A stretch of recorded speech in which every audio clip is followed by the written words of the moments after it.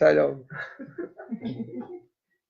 Donc, Bezrat Hashem, c'est le dernier cours avant les vacances de Hanouka et c'est l'occasion de traiter d'un sujet qui est vraiment important. C'est ce que vous, comme vous l'avez devant les yeux, la coutonnette passim. La coutonnette passim, je n'ai pas encore défini ce qu'elle était, mais en tout cas, c'est ce qu'on va essayer de voir ensemble. Il est évident qu'elle a une part importante dans la suite des événements entre Yosef et ses frères. N'est-ce pas? Elle est vraiment, elle vraiment nous donne beaucoup d'indications. Voyons d'abord les versets, je vous prie ensemble. Okay? Dans Bereshit, maintenant numéro 1. Ve Israël Aev et Yosef Mikol Banav, qui ben zekunim hulo, ve asalo kutonet pasim. C'est intéressant qu'on nous parle de Israël Av et Yosef. Ça ne veut pas dire qu'encore une fois, Yaakov n'aimait pas Yosef, si on parle de réalités différentes, mais il est certain que quand on dit Israël Aev et Yosef, c'est qu'il a vu quelque part en Yosef celui, on parle toujours que Yaakov est la dimension plutôt individuelle face à la dimension de Israël, qui serait plutôt la dimension justement de la nation. Eh bien, il est certain que si c'est Israël qui a autant d'appréciation à l'égard de Yosef, c'est-à-dire qu'il a vu en Yosef celui qui, semble-t-il, est digne à ce moment-là de diriger le peuple. Et c'est pour ça qu'il met justement tous ses enseignements sur lui. On avait eu l'occasion d'expliquer avec les enseignements du Rav Neria. Maintenant, justement, quel est le sens de ce vêtement? Pourquoi ce vêtement est-il aussi important et est-il aussi significatif? Nous dit le Rav Sforno, Makor numéro 2, Ve'asalo kutonet pasim, les hot sheyu amanhig, ba'bait ou basade. Encore une fois, le fait que Yosef Hatzadik, désormais, va diriger le peuple, on pourrait croire qu'il va diriger éventuellement la dimension spirituelle, c'est-à-dire ba'bait. D'accord? Le cadre du foyer. Et justement, on dit que Yosef aura aussi une application bassadée. Et vous savez pertinemment, puisqu'on va le voir beaucoup plus tard, avec Yosef qui va être ministre de l'économie en Égypte, on voit bien qu'il a une implication, encore une fois, dans la connaissance de ce qui apporte, encore une fois, les réalités très terrestres.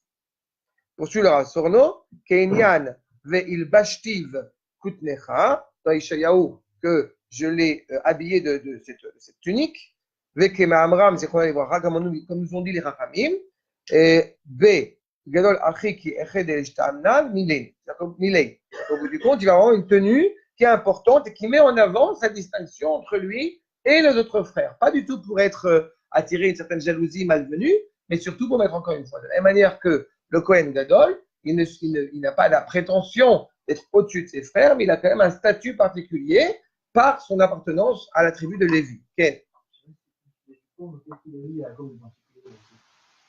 Alors, on va un petit peu poursuivre. Mais d'abord, il a vu chez Yosef, ça je peux te répondre en 2 secondes, mais ça va se confirmer encore plus par la suite.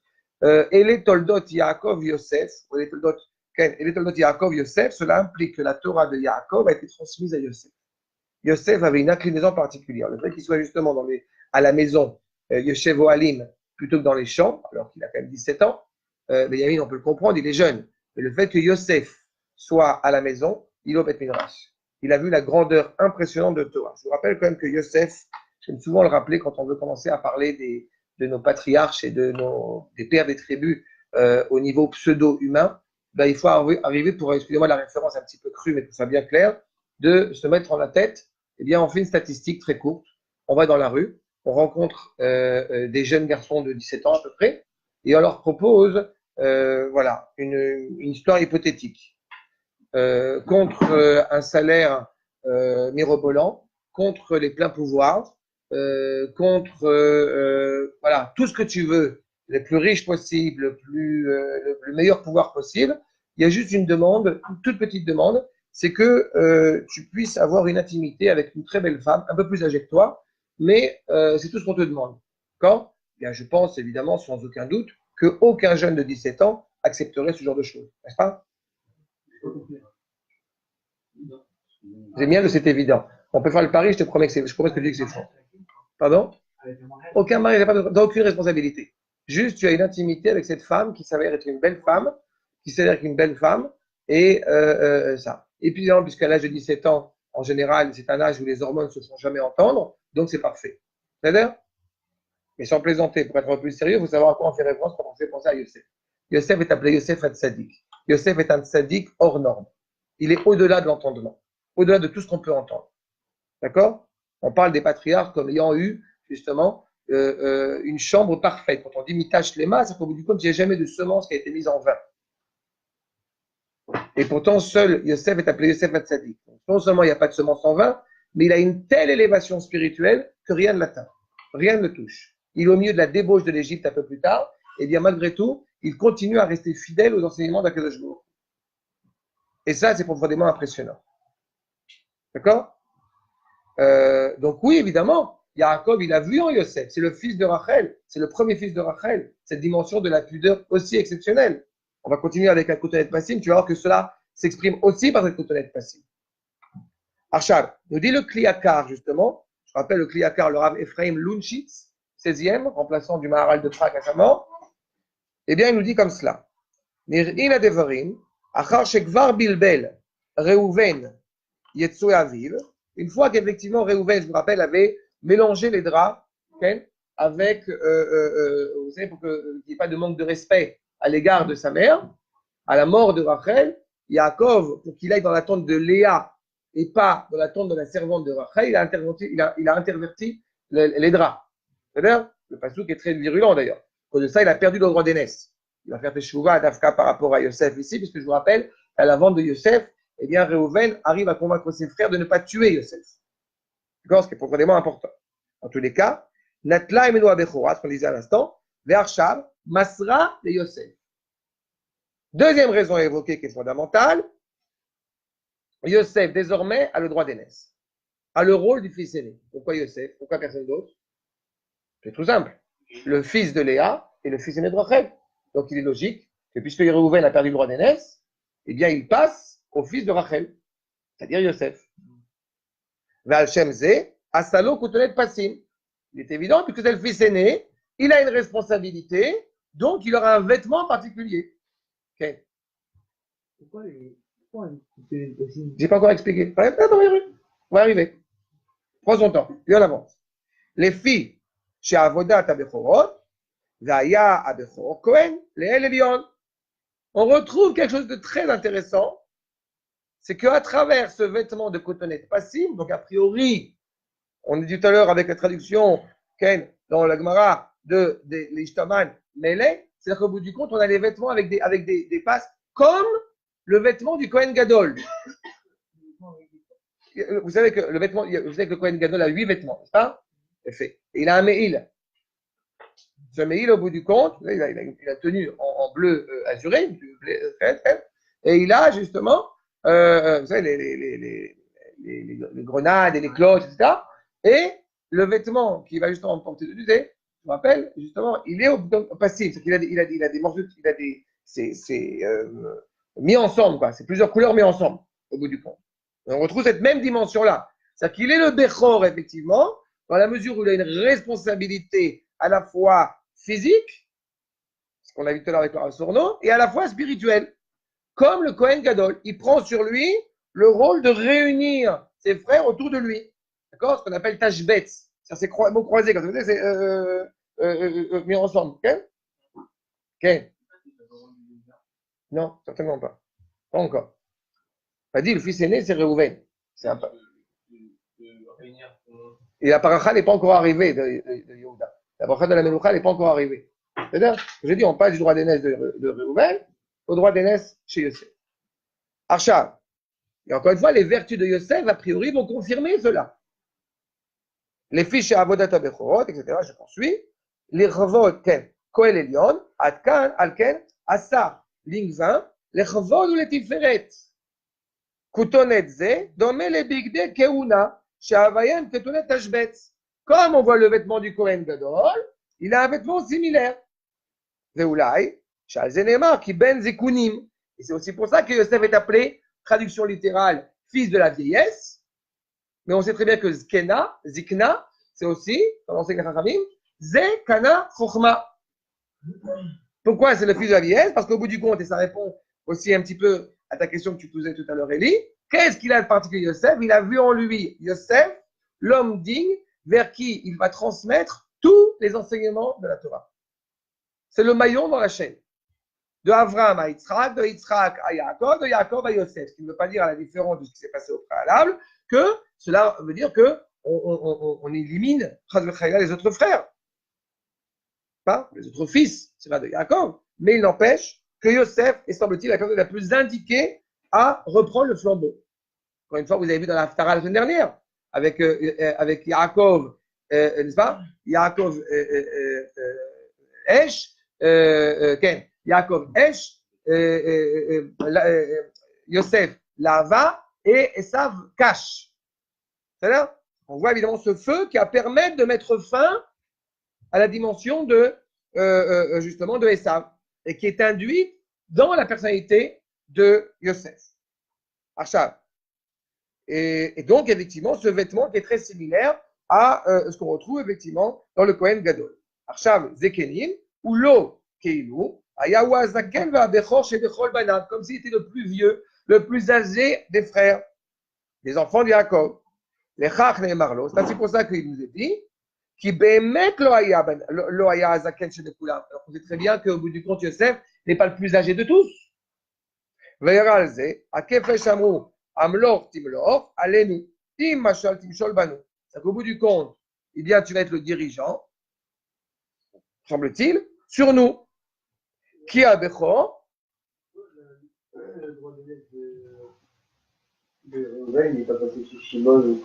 Non, le fils aîné. Peu importe. On parle du premier fils de Léa face au premier fils de Rachel. Non, parce que les mères, c'est patriarche, c'est que Rachel et Léa. De quoi qu'ils disent pas quoi? Au moment même, ils ne savent pas. Qui ne sait pas quoi? Les quatre. Bah putain, elles sont appelées dès le départ les servantes de Rachel et de Léa. Elles sont prises en ce nom-là, elles sont prises. C'est un autre sujet. C'est un autre sujet important, mais ce n'est pas le sujet d'aujourd'hui. Le sujet des servantes que Lavan a donné à Yaakov, qui sont les servantes de Rachel et les servantes de Léa. Elles sont dès le départ définies comme ça. Il y a combien d'enfants, Léa? 6. C'est ça?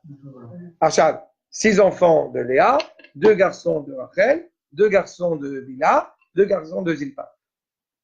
Achad, en tous les cas, à Bechor Notel Pishnaim, le fils aîné reçoit une double portion. Bechol Asher Imatse, Ach Lo Amelucha. Encore une fois, eh bien, il prend sur lui à la fois, encore une fois, une double portion, un double cadeau, mais aussi évidemment une énorme responsabilité. C'est pour ça que Réhouven, justement, dans Bereshit, il est appelé Réhouven Bechori, Ata, Yeter Sed, Yeter Oz, Ainu Malchut, Vaïdbaerze Besamou, et Pasuk Mabetza. C'est qu'au bout du compte, ce qui était prévu à la base pour Réhouven, comme c'est le fils aîné, eh bien, il recevait une double portion, il recevait la royauté, il aurait tout reçu. Okay. Alors qu'il n'y avait pas. Qui est-ce qui a eu un enfant? C'est qui le berger de. Il n'y a pas des gens qui sont nés, enfin, ceux qui sont nés avant Yosef? Qui étaient les Non! Non, premier Peter Echem, le premier fils de Léa et le premier fils de Rachel. C'est ça qui est important. Ça veut dire que ça ne compte pas dans le décompte de ce qui va être roi. Ça ne veut pas dire encore une fois qu'on est méprisant les chakras. Je vous rappelle quand même que Dan, c'est le fils de la servante, et pourtant, le Mashiach nous dit les Chachamim, il a pour père justement Yehuda et pour mère la tribu de Dan. Donc c'est pas une question, ça n'a rien à voir avec, c'est pas du méprisant. Seulement, encore une fois, je pense que c'est le père qui fixe l'appartenance tribale. Donc il est évident qu'au bout du compte, dans ce rapport, je répète, à cette notion de droit d'aînesse, il est certain que seuls comme matriarches sont Rachel et Léa, et avec tout le respect qu'on a pour Bila et pour Zilpa, il n'empêche qu'ils n'ont pas le même statut. Ce qui ne veut pas dire, encore une fois, qu'on est méprisant. On a 4 matriarches, vous avez au moins appris ça depuis votre plus tendre enfance, à la nuit de Pessah, quand on dit 4 maîtres, 3 pères, etc. D'accord? Archav. Et en tous les cas, ça nous donne une indication pourquoi est-ce qu'il a reçu, a priori, cette couleur passive. Ça ne s'arrête pas là. Viens, on avance. On avance un petit peu, si ce n'est pas dessus, parce que vous êtes sur les servantes et on est sur la couleur passive. On ne parle pas de. C'est dommage. Archav. Le accord numéro 4, les dates Kenim nous respectent comme ça. Pourquoi Koutonet Passim, c'est vivot passe yado. Là, c'est très subtil. Pourquoi? Parce que cette coutonnette passim est appelée passim parce qu'elle lui recouvre même la main.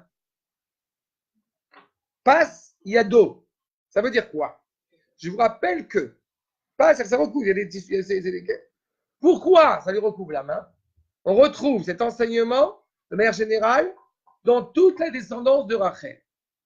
Rachel, c'est la dimension de la pudeur par excellence. Binyamin, Michal, Shaoul, vous vous rappelez la fameuse histoire quand Michal reproche à David de danser à moitié nu? À moitié nu, Alec à moitié nu, il a les mains découvertes. C'est la pudeur par excellence, c'est la pudeur à l'extrême. Une grande crainte révérentielle envers Akadosh Baruch Hu. Binyamin, évidemment, Michal, Bat Shaoul, tribu de Benyamin. Pareil, Yosef, dans sa grandeur, il est recouvert. D'accord? La pudeur encore qui est mise en avant. Donc on voit déjà droit d'aînesse, grandeur en Torah, pudeur. On voit quand même un certain nombre d'éléments qui mettent en avant les qualités de Yosef. Rashi va donner un sens très intéressant au mot de passim. Regardez Makor numéro 5. Okay? Donc, d'abord, il parle du tissu qui est un tissu de qualité. Keli, Melet, Kemo Karpas, Vetechelet. Vous voyez, Karpas, on recouvre les vêtements du Kohen Gadol. Et puis, je sais à quoi vous pensez. Enfin, vous êtes censé penser. Mordechai. C'est-à-dire qui est aussi tribu de Benjamin. Et on retrouve encore une fois l'idée. Arshab, Kodel Passim, des Tamar et Amnon. Maintenant, le Midrash qui nous dit quoi? Pourquoi ça s'appelle Passim? Vous voyez la suite qui est soulignée? Al-Shem Tsarotav Shenimkar les Poutifar, les Socharim, les Ishmaélim et les Midianim. Parce qu'il a été vendu à Poutifar, aux commerçants, aux Arabes, aux Ishmaélim et aux Midianim. Et alors j'attends la question évidemment qui s'impose. Hein? Il a fait. Pardon? C'est dans le sens inverse, d'accord? Il a fait. Et ben, qui est-ce qui a posé la question avant vous? Le Maharal de Prague. Et là, encore numéro 6. Les Poutifar Socharim, je rappelle Bourarier, qui a écrit une encyclopédie sur Rashi. C'est très important à chaque fois d'en être conscient. Pour ceux qui à chaque fois ont l'impression, assez maladroite, de comprendre qu'ils connaissent très bien Rashi, qu'ils comprennent très bien Rashi. C'est pour ça que Baruch Hashem, on comprend très bien Rashi, et Rashi d'une telle simplicité qu'il y a au moins 1000 commentaires sur Rashi. D'accord? J'espère que vous excuserez mon cynisme, et ça permet parfois de remettre des pendules à l'heure. C'est là? Arshal nous dit justement Rashi, nous dit justement Bourarier. Les Poutifar Sochorim, Afalgav, Debekara, Loketiv et la Midianim, Sochorim, etc. Mais l'homme, Ishmadavei, Tafei, Rak, Sheira, Achat. Bon, je passe ces quelques lignes pour toucher l'essentiel. Ligne 49. Ou Bemilat Passim Muskar Poutifar Rishona. Mipne, qui sauf Amaase, ou Techilat Amachashava. La fin de l'acte est annoncée dès le départ. Arrêtez tout ce processus. Si vous êtes pointilleux sur la paracha de la semaine, eh bien, on voit que c'est un processus qui, à un moment donné, dès que Yosef est parti, c'est un processus qui va à une rapidité exceptionnelle. Parce que toute la finalité de ce qui est en mettre en place, c'est la mise en place du peuple juif en Égypte. Avec ce midrash bien connu que Yaakov aurait dû descendre. C'est plus complexe que ça, mais peu importe maintenant. Yaakov aurait dû descendre avec des menottes et il va descendre accueilli comme un prince. À cause du mérite de Yaakov. C'est là? De Yaakov. Parce que Yaakov est tellement important que Yosef va préparer le terrain. Non, Yaakov. D'accord. Oui. C'est Yosef qui va l'accueillir. C'est bien? Achab. Pardon? Yaakov. Il a été annoncé, je rappelle, guerrier, Zeracha, Beretz, Olaim, Avraham, Avinu. D'accord? Jusqu'à la seule, encore une fois, le décret qui avait déjà été annoncé à Abraham, nous allions descendre sur une terre qui n'est pas la nôtre. Est-ce que c'est l'Égypte ou que c'est suivi à Israël? Peu importe. Le fait est que, semble-t-il, on devait descendre en Égypte. D'accord? Eh bien, il aurait été tout à fait envisageable que Yaakov descende forcé d'Israël vers l'Égypte. C'est-à-dire? Mais comme Yaakov est tellement vertueux que Akash va faire en sorte qu'il va être accueilli comme un prince, puisqu'il va être accueilli par son propre fils, Yosef Hatzadik. Achat, on pense encore une fois à la finalité. C'est pour ça que c'est annoncé dès le départ. Si on annonce comme cela dans les propos qui sont définis ici, Eh bien, vous avez un enseignement qui est très important, c'est qu'il y a un sens à l'histoire. On retrouve cet sempiternel enseignement fondamental de ce qu'on appelle en bon français l'historiosophie, c'est-à-dire que l'histoire a un sens. D'accord? Quand on lit la Torah, eh bien, on découvre, on étudie comment est-ce que Akadosh Baruch Hu se révèle dans l'histoire, se présente dans le projet. D'accord? Et c'est ça qui est au bout du compte indiqué ici. Je poursuis à nous dire le Shem Ishmuel, le demande de Sachatchov, vous voyez maintenant numéro 7. Veyesh Klomar, Arba Tsarot Elu, Makbilim, le Arba Malchuyot. Regarde. On parle de Yosef Hatzadik, on est dans l'individuel, Raphaël, d'accord? On est que dans l'individuel. Ah, Iné. Semble-t-il, les Rachem, ils ne pensent pas tous comme ça, ou ils pensent rarement comme ça. Cette relation individuelle, Yosef en tant que fils aîné, qui va diriger le peuple, qui va mettre en place, au bout du compte, la cohésion de ce peuple en devenir, eh bien, même le vêtement qui fait appel aux différentes descentes de Yosef en Égypte, vient rappeler en allusion non seulement les 4 passages, les 4 stations pour arriver en Égypte, mais aussi les 4 royautés dont le peuple va souffrir. On y arrive, t'as raison, quel rapport? Il est Arba Tsarot, Elu, Makbilot, les Arba Malchuyot, Venir Mazot en Betevat Passim. Et c'est déjà dit en indication, en allusion, par ce mot de Passim. Je répète la question qui est une très juste question. Quel rapport? D'accord? Mais comment on dit? Alaïch. Alaïch. Od Pei, Romezet le Malchut Bavel. La lettre P nous dit Rachamim est associée à la royauté de Babylone. Quel rapport? Ou Midrash biyadmi Malchut Bavel nofelet biyad Daniel ve'ainu pas yada. Première interprétation, première compréhension que nous décrit ici le Shem Ishmuel, comme dans le verset de Daniel, on dit que justement la Babylone elle va tomber dans la main de Daniel. Comme Daniel est écrit, je vous rappelle, en araméen, dans la main de Daniel, mais passe yadé. Ça veut dire paye. Le paye qui est invoqué ici en référence directement à Babel. Mais en admettant que ça ne nous suffise pas. Encore, on va se calmer. Mais en admettant que ça ne nous suffise pas. Il y a une autre indication qui est beaucoup plus, qui est pas moins forte. C'est quoi paye? La bouche. La personne, la force, je rappelle, de la Babylone, vous l'avez étudié, la Babylone décrit la force de l'existence. Koach nafshi. Le pouvoir de régner. Le premier pouvoir de régner, c'est la liberté de parole quand je veux, comme je veux, pour que je veux. Paye. Quoi paye. Quoi dibour. C'est Bavel. Qui rappelle, je rappelle, Bavel, c'est aussi Bilboul. Ça rappelle la tour de Bavel là-bas. Le Bilboul, où la parole justement perd son sens. D'accord? On est exactement dans cette même problématique-là. C'est ce que nous dit au bout du compte le Shem Ishmuel quand il fait référence à ce paye en face de Bavel. Ensuite, sa mère. Kadva ala kotel, mana tekel ou parsim, etc. Ligne 5. Ot sa mère, remezet le malchut paras ou madai. Ok? Shenofelet alide Mordechai et Esther, qui va tomber entre les mains de Mordechai et d'Esther.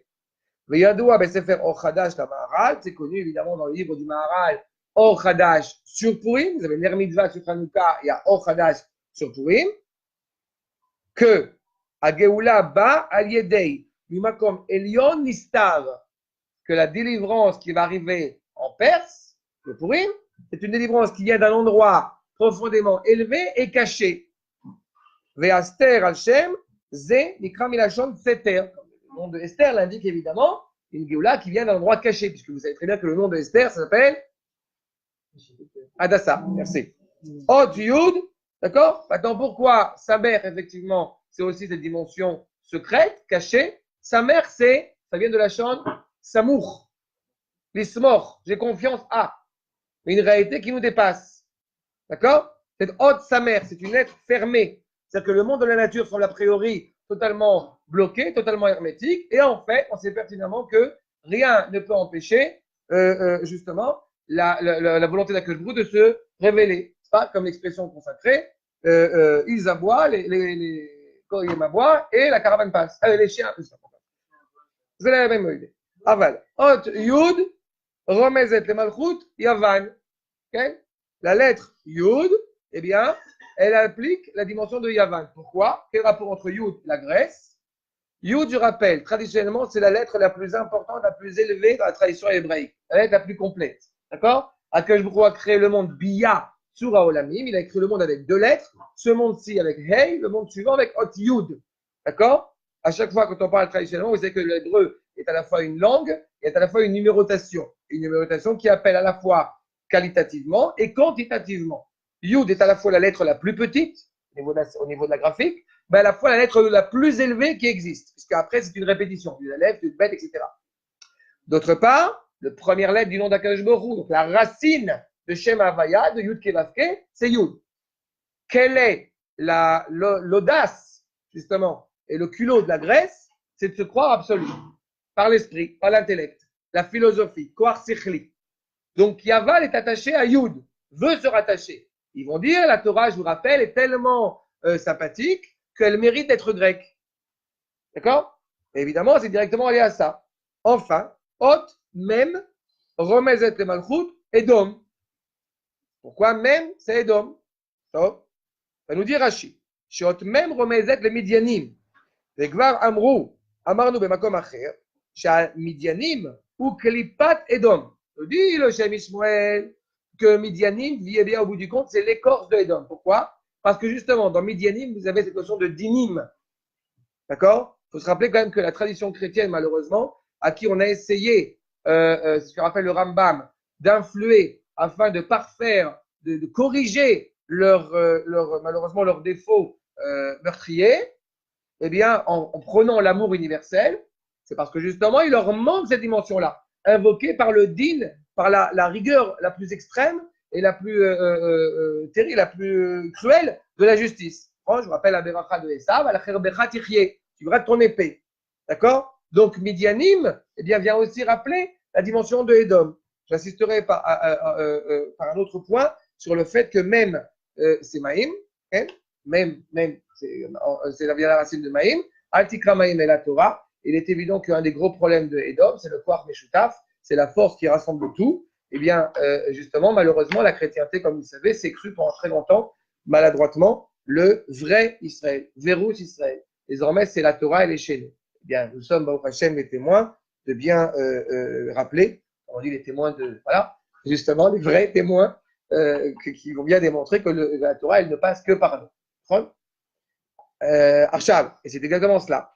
Vei echriva et abayt sheni. Cette culture de Edom, la culture romaine, la culture occidentale, malheureusement, qui a détruit le deuxième Beth Amikdash. Bishvil sinatrinam ou Meshelach Midianim ben Achim. Au bout du compte, ils ont essayé d'envoyer des catalysateurs, des anges accusateurs, si je puis dire, contre le peuple juif. Et voilà que Yaakov, Veine nire chez Yaakov, ikpid et Yosef, al midazu. Ou bishvil ze asalo kutonet pasim. Comme Yaakov a vu en Yosef la capacité d'affronter justement toutes les royautés, et donc de emmener le peuple avec lui, il lui a donné, nous dit le Shem Ishmael, ce vêtement. Ok. Ce vêtement, enfin, j'ai 2 questions en une. La première, c'est que comment les frères ils ont été jaloux du Koutelet Passim, alors que si le symbole de Koutelet Passim, c'est de pouvoir conquérir les autres nations, pourquoi il n'a pas fait une épée, une belle épée? Là, il doit être jaloux. Parce que l'essentiel du combat que nous menons n'est pas un combat mené par l'épée. Il est important, mais il n'est pas essentiel. L'essentiel du combat, je répète, l'essentiel du combat que nous menons, d'accord? On voit bien aujourd'hui. Aujourd'hui, tu peux appuyer sur un bouton, tu vas régler tous les problèmes. Le problème, il n'est pas à ce niveau-là. L'essentiel que nous menons, c'est le sens du combat que nous menons. Notre combat n'est pas un combat de cruauté pour la cruauté. Notre combat est mené pour que le nom d'Akadosh Baruch Hu se révèle sur terre. Et il ne peut se révéler qu'à travers le biais d'Am Israël. Celui qui va révéler ça, c'est celui qui ajoute un peu plus au sens de la vie naturelle sur terre. D'accord? C'est-à-dire Yosef, Yosif. C'est sa nature à lui profonde. C'est la Torah. D'accord? Mais je n'ai pas encore répondu. On a bien compris que les frères n'ont pas une jalousie primaire.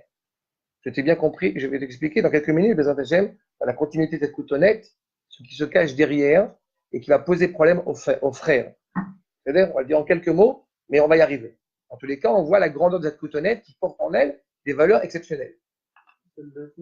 de Tzniout, tu vois les 4 royautés qui sont indiquées. Encore une fois, l'affrontement vis-à-vis de ces 4 royautés. Ce qui nous a permis de survivre pendant 2000 ans, ce n'est pas uniquement le fait de se battre, j'ai envie de dire, avec les poings. C'est de savoir qui on était et pourquoi on vivait. Malgré les déboires, malgré les pogroms, malgré les terreurs qu'on a pu traverser. Dès qu'on a oublié pourquoi on existait, d'accord? Alors évidemment, ça nous a amené à la catastrophe.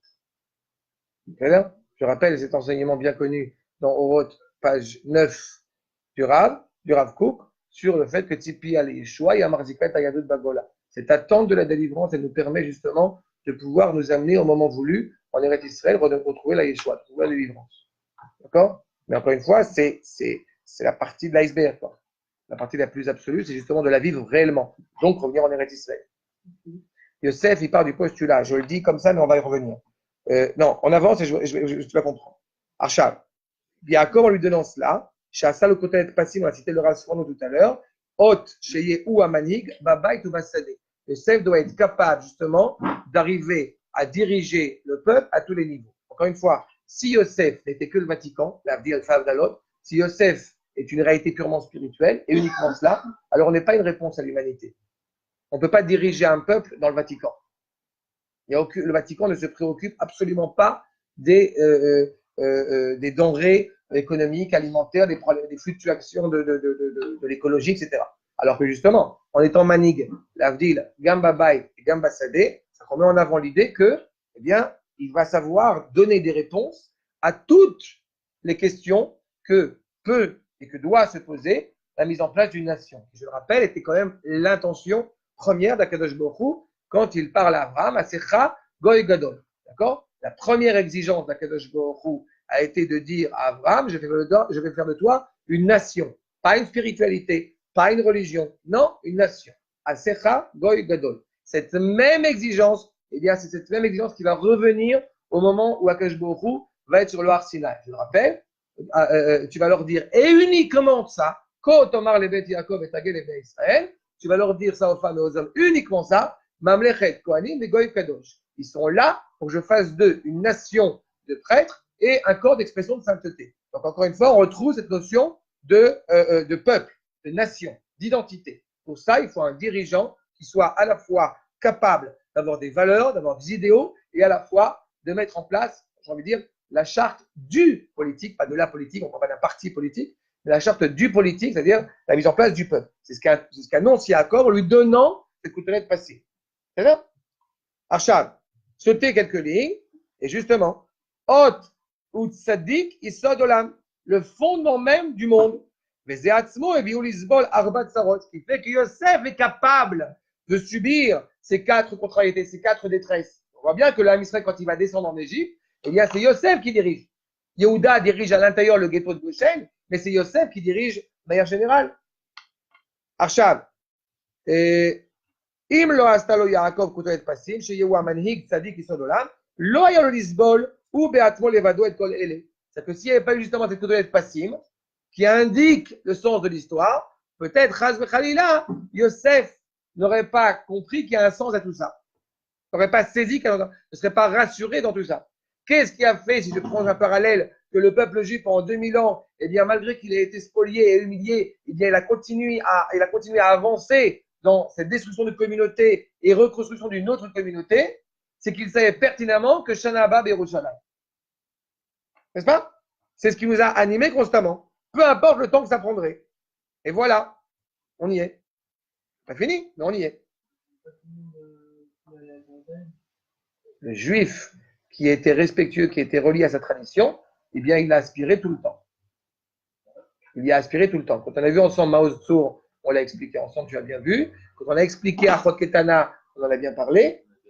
La Haggadah, c'est Vadaï. D'accord? Arshad, Umeata, Mouvan, She'al Shem Tsarotav Nikraot Passim. Donc, Passim indique aussi les contrariétés, les misères, les déboires que non seulement Yosef traverse, mais que le Ham Israël va traverser. Ve'inyan Kotonet Passim, Garam l'école Arbat Sarot. Et au bout du compte, c'est ce qui va impliquer les déboires que nous allons traverser. Maintenant, je tiens à insister à un point supplémentaire et ça va répondre à ta question sur le rapport avec Yehuda et ses frères face à Yosef. Comme je l'ai dit tout à l'heure, que Ben Zekunim, justement, Yosef s'est relié profondément à la Chokhmah de Yaakov, la Torah. D'accord? Qu'est-ce qui, au bout du compte, fait que Yosef, non, je vais dire l'inverse. Qu'est-ce qui fait, au bout du compte, notre identité juive? Est-ce que c'est la Torah ou parce qu'on est juif? Même s'il va patriarche, c'est qu'on est. C'est là, qui passe en premier? Pas du sang. Ça, c'est une application étratique. Avant ça, il a dû très bien. Le rapport au patriarche. Bien fait. Je vais dire autrement. Qu'est-ce qui passe d'abord? La névoie ou la chokhmah? A priori, c'est la chokhmah, d'accord? Donc Yosef a raison.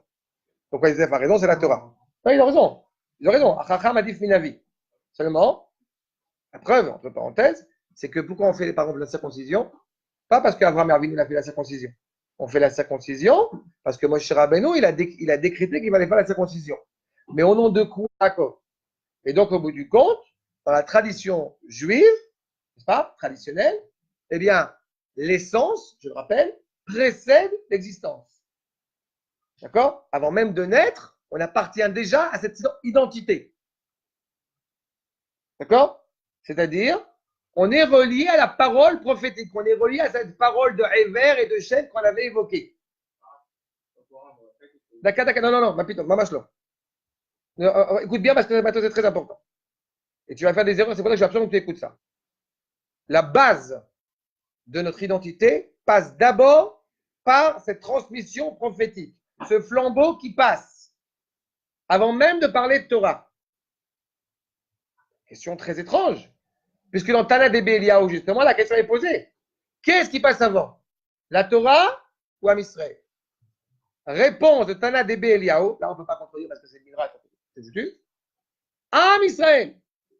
Enfin la Torah. S'il n'y a pas eu la Torah, comment on va? Réponse, c'est faux. Il faut Am Israël parce que sinon la Torah ne tient sur rien. Donc au bout du compte, la force de la névoie est fondamentalement importante. C'est comme on dit un verre et de l'eau. C'est quoi le plus important?